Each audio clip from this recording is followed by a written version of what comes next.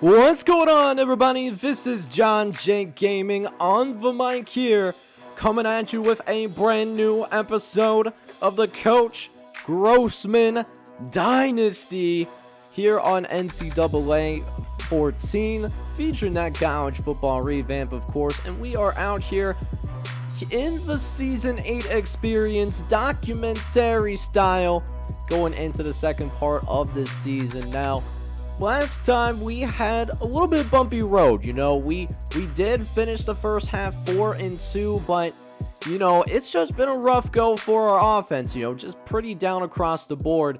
And it's actually been our defense that's actually been carrying us so far, as we've only scored more than 30 points 2 separate times. That was in the Arkansas game, which we lost in triple overtime in, and the Tennessee game.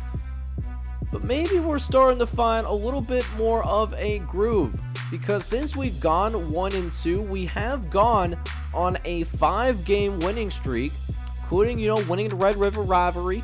We do win those rivalry games. That's important to us.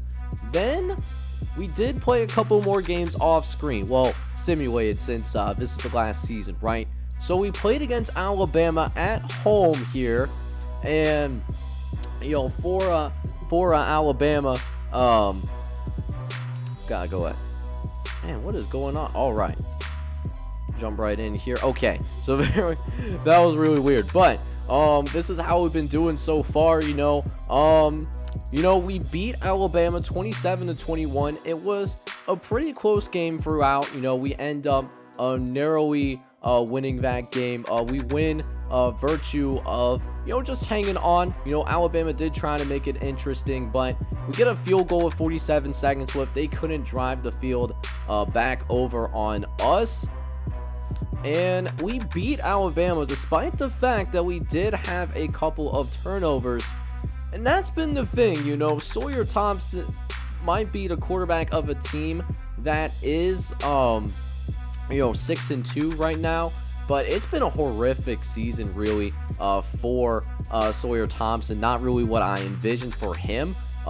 He only had 122 yards and an interception. He actually got hurt, and the backup came in, although the backup wasn't better. So, neither quarterback really showing himself, and it's really been Andrew Smith that's been doing what he can to try to carry the rest of this offense. Otherwise, it's really been the defense, having to put together this, really, like Superman-like performance. And that was even the case with Kansas, right? Kansas, we are heavy favorites.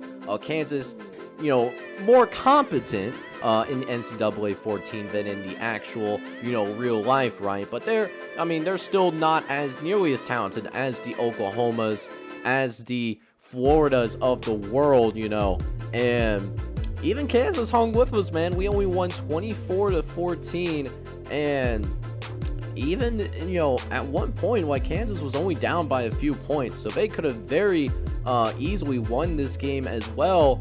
Although that time around, we did end up winning the turnover battle. We forced 4 turnovers on Kansas, and Sawyer Thompson actually did not throw any interceptions. I think that's the first that I've really seen that, besides the opener against, I want to say it was against LSU, in Death Valley, But yeah, anyways, rough year so far for Sawyer Thompson.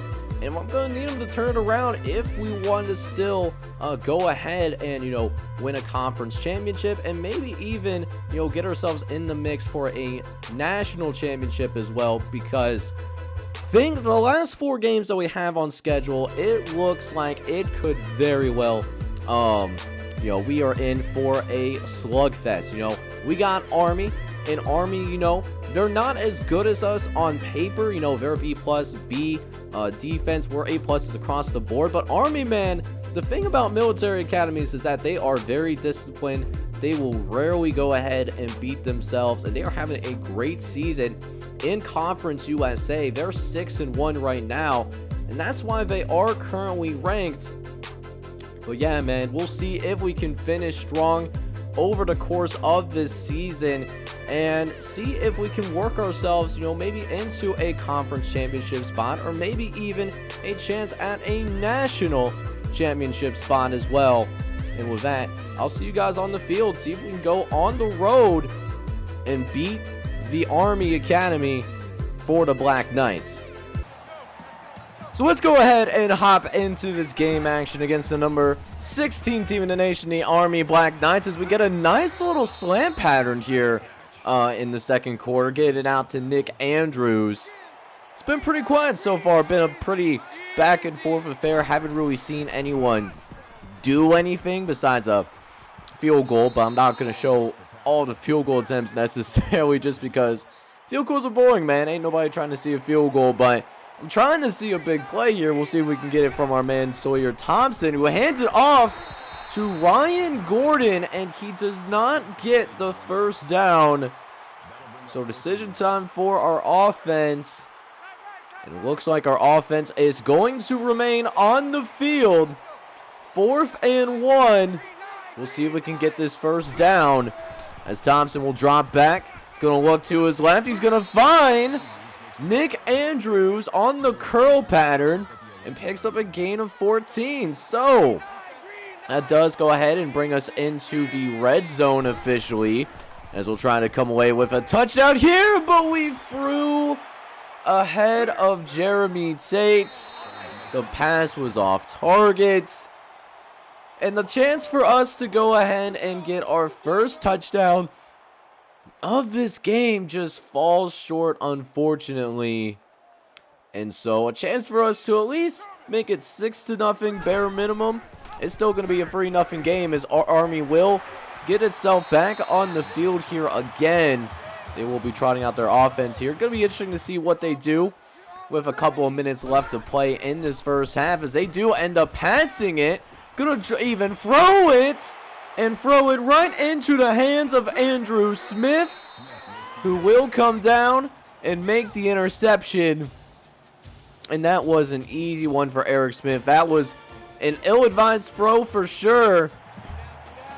And so we do go into halftime with a 3-0 lead still, as we try to get some points ourselves. Sawyer Thompson trying to throw it over the middle as well. He throws an interception.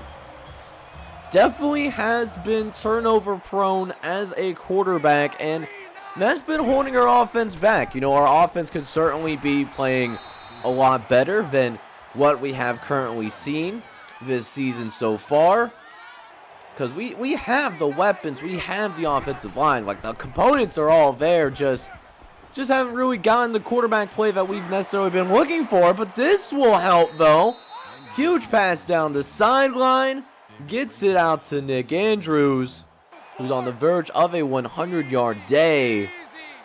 As we're back in the red zone, but that hasn't led to points for us so far. This could, as Sawyer Thompson trying to fight for the end zone, but going to be marked down at the 1-yard line.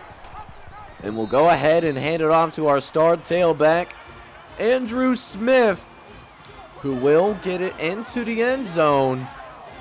And it is a touchdown for us, making it a 10-0 lead. As now, got the ball once again here. This time, plenty of time, and look who we find. Again, another Nick Andrews sighting. Now, he does legitimately have over 100 yards on the day, as we start to try to pull away against this Black Knight squad. As I thought that was going to be another touchdown. I really did, but they mark him at the 1-yard line. And these guys have the audacity to settle for a field goal. You're inside the 1. Go for it, man. What do you honestly have to lose? But we take the field goal. We are still going to be up 13-0, so no harm, no foul. But I do want to finish some of these drives. It seems like we certainly have had issues with that, as we're getting some big plays, or are we starting to get some big plays? Andrew Smith with a 27-yard reception, and we'll set up 3rd and inches, as Sawyer will keep it himself. He's going to try to run in the end zone, and an easy path to get into that touchdown area, and that's what it's going to be. Touchdown, Oklahoma, and Sawyer Thompson now puts the Sooners up 20-0 on the road. So now we got the Black Knights really in a tough place right now. This is not how their offense operates. They are a triple option kind of offense, and they haven't performed. 0 for 1 on third down conversions. This is actually going to be their very first third down conversion of this entire game, and it happens here in the fourth quarter. We'll see if our defense can clutch up here and try to put things away, as this quarterback is actually going to go ahead and scramble a little bit. So now, second and short coming. Is now going to drop back the pass once again. Another scramble. Where is the quarterback spy is what I'm wondering. And the Black Knights are on the move. Their best drive of the entire game so far. As there's another handoff to the left-hand side. Fights through one would-be tackler. And Amir Marshall is going to finally get the goose egg off the scoreboard. And that will cut it down to 13 points. And we actually go 3 and out on our next possession. So, you know, we're out here trying to prevent a rally. But they throw it over the middle, but it's going to be intercepted. Oh my goodness. Second turnover of the day. And that was Nick Alexander playing that center field position.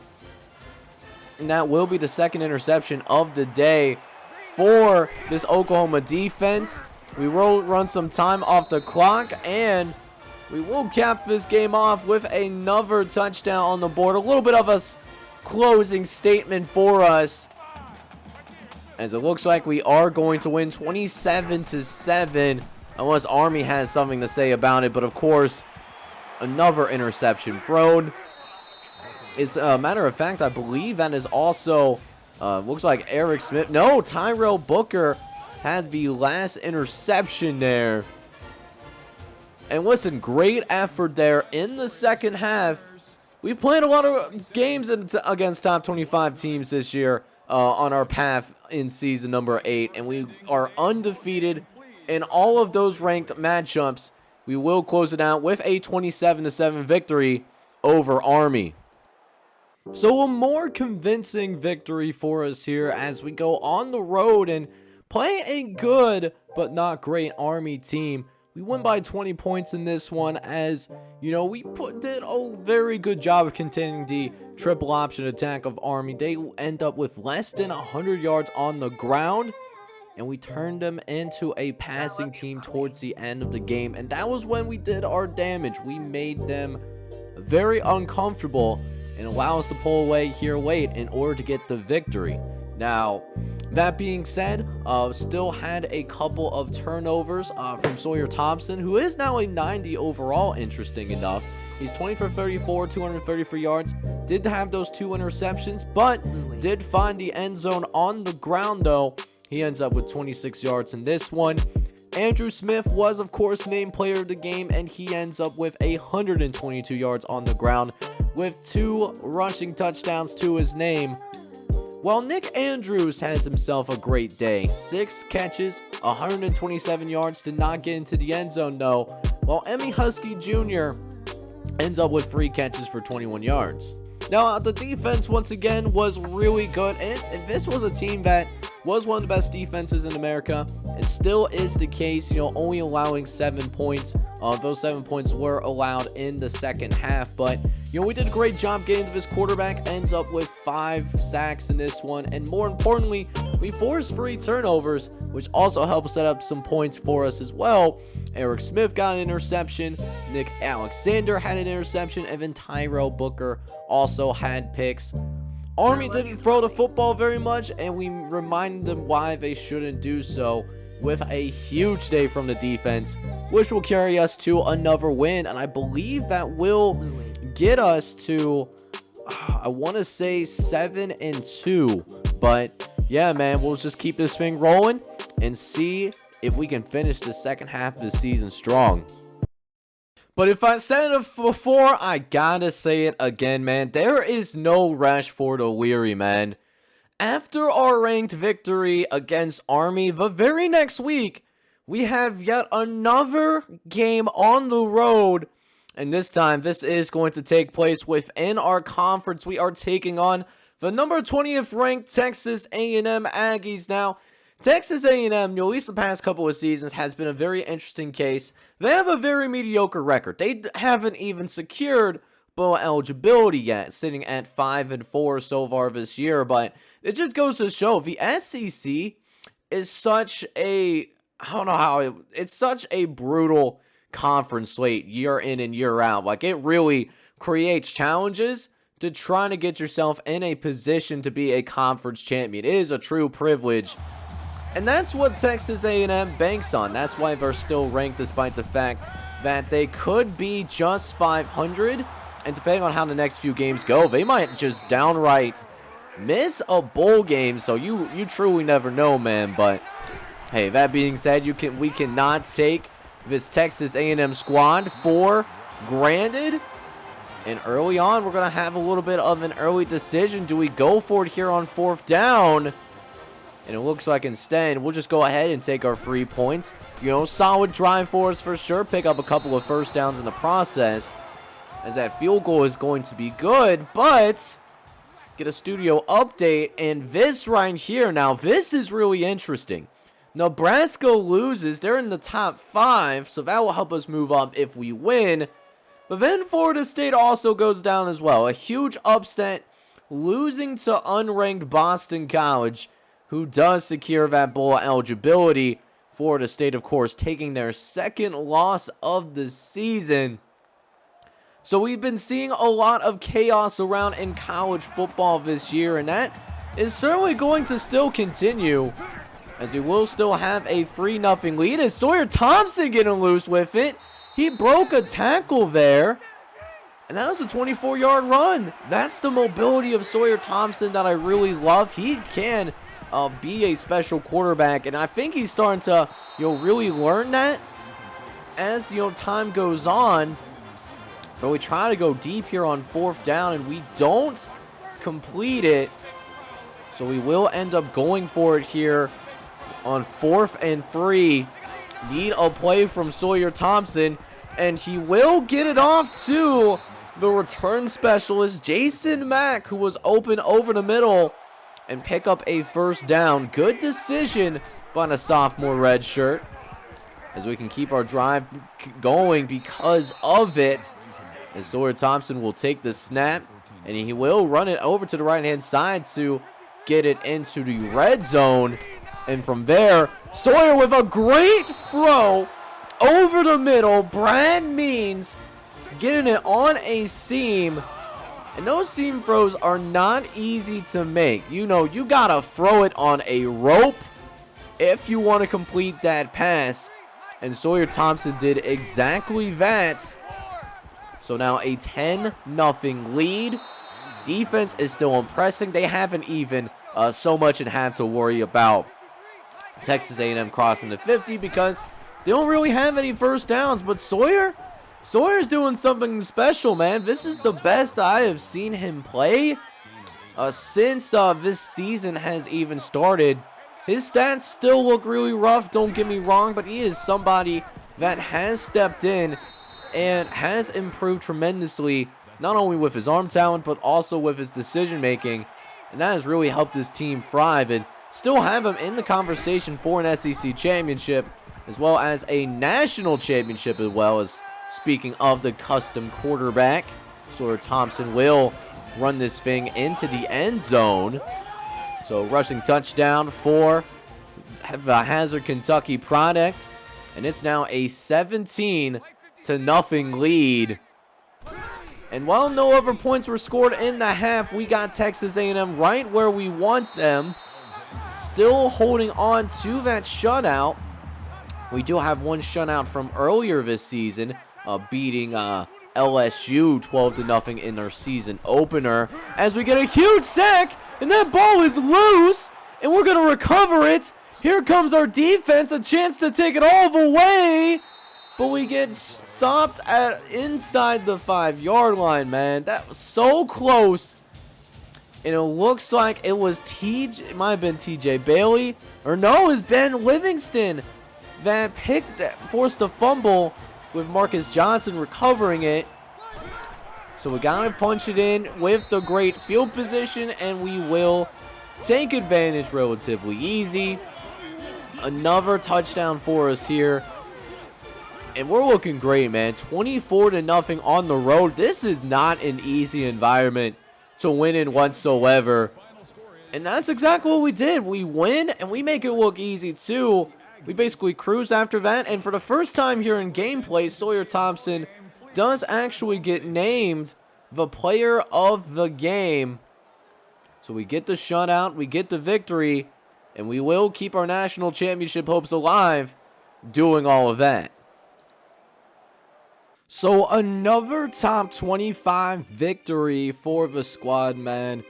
As what we basically did, we just held on to that huge lead that we built in the first quarter, and we just kind of put it on cruise control after that. I mean, I was hoping that we could actually blow them out here, but I mean, good day though for the offense, and for the first time at least that we've seen this season, Sawyer Thompson does end up getting named player of the game. Took good care of the football. He was 21 for 29, 172 yards and a touchdown, no interceptions. Also saw him get into the end zone as well for on the ground. He had 14 carries for 47 yards. And Andrew Smith almost had that 100-yard day. Didn't quite happen for him, but he had a very good rushing day, making some things happen as the vocal point of this offense. And then how about Brad Means as well? He was unguardable today. 8 catches, 94 yards, and that rocket for a touchdown as well. He could not be stopped either. And it was a solid day for the offense. Defensively, though, even better. Ended up getting yet another shutout, our second shutout in this season, and it was off of just immense pressure that we got on the quarterback today. 9 sacks in this one. Kevin Davis and Matt Mays each had 3 sacks apiece. TJ Bailey had a couple of sacks, and then Ben Livingston, of course, had a sack as well.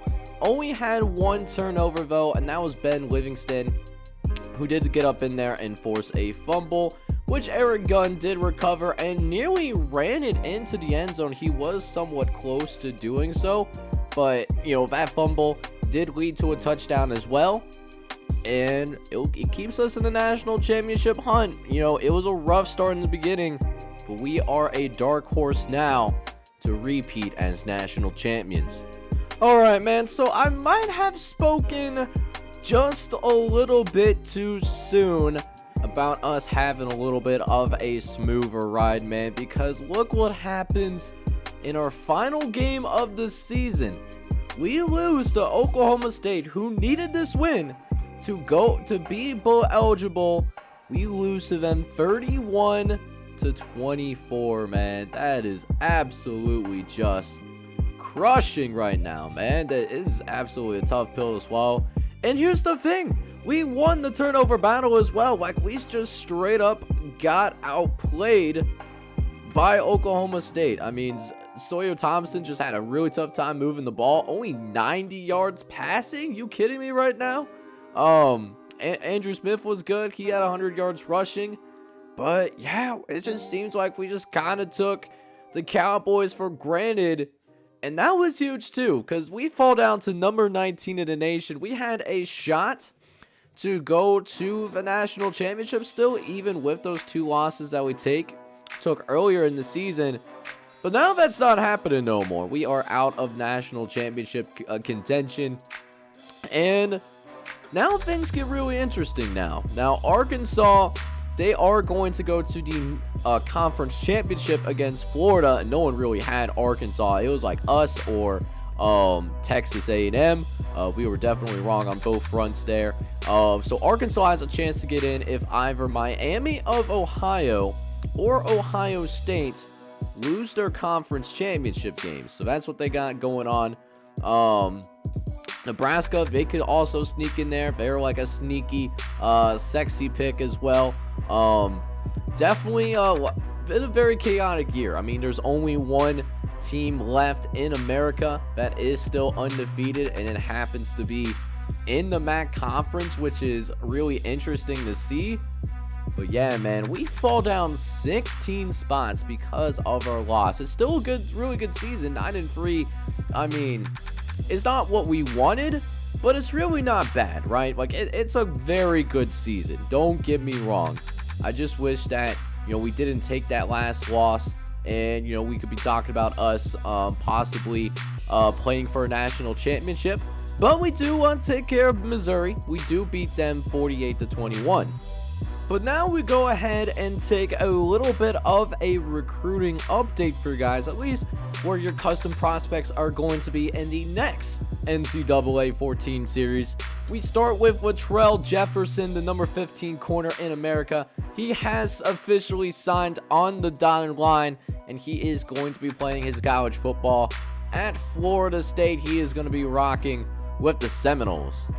Meanwhile, out in Minnesota, one of the best players in the state, and Charles Kadri, a free star from St. Cloud, Minnesota. He is actually going to escape the harsh winters of the great northern state, as he is going down south to Charlotte to play outside linebacker for him. A nice pickup for the 49ers, who reside, I believe, in the American Conference now. Speaking of great pickups, Rutgers does end up signing the best player in the state of New York, Carl Jefferson, a 4-star quarterback from Rochester, New York. He decides to go with Rutgers over in-state Syracuse, so technically leaving the state of New York, even though Rutgers, is very close to the New York tri-area. It's a very big area, of course. And Carl Jefferson sets himself up to be the future quarterback of this program, the potential next face of Rutgers football. Now, in our home state of Oklahoma, we did also have a custom prospect by John Paul Jones, and he actually is not going to commit for the Oklahoma Sooners. We did recruit him, but he decides to go to our rival in Oklahoma State. So not only do we lose to them on the football field, we also lose to them in this recruiting battle as well, which, tough pill to swallow, man. I'm going to be honest with you. Don't like it whatsoever. But John Paul Jones, he has the athletic abilities to be a really great safety. Does need to work on his coverage. But that being said, watch him to be a dangerous player, at least on special teams, on day one. Now, going to a less renowned state for high school football, we have Julius Littman, who is the best player in the state. He's a 4-star from Bristol, and I know he's not officially signed as of yet, but he is a 99% lock, and he has a massive lead on the rest of the field. In Penn State, they have offered a scholarship, so I have him penciled down joining the Penn State Nittany Lions next fall, but of course I'll let you know if anything changes. Not a great athlete, but has tremendous size and extremely soft hands. Now, in the previous episode, I did talk about another current custom prospect that was going through the transfer portal, and that was Jacob Miller, since he never really received any playing time with the Yankees until this year. He tested the transfer portal out to see who would be interested, and he did have some interest from not only his current school, but also LSU. But he is actually going to finish his time at Texas A&M.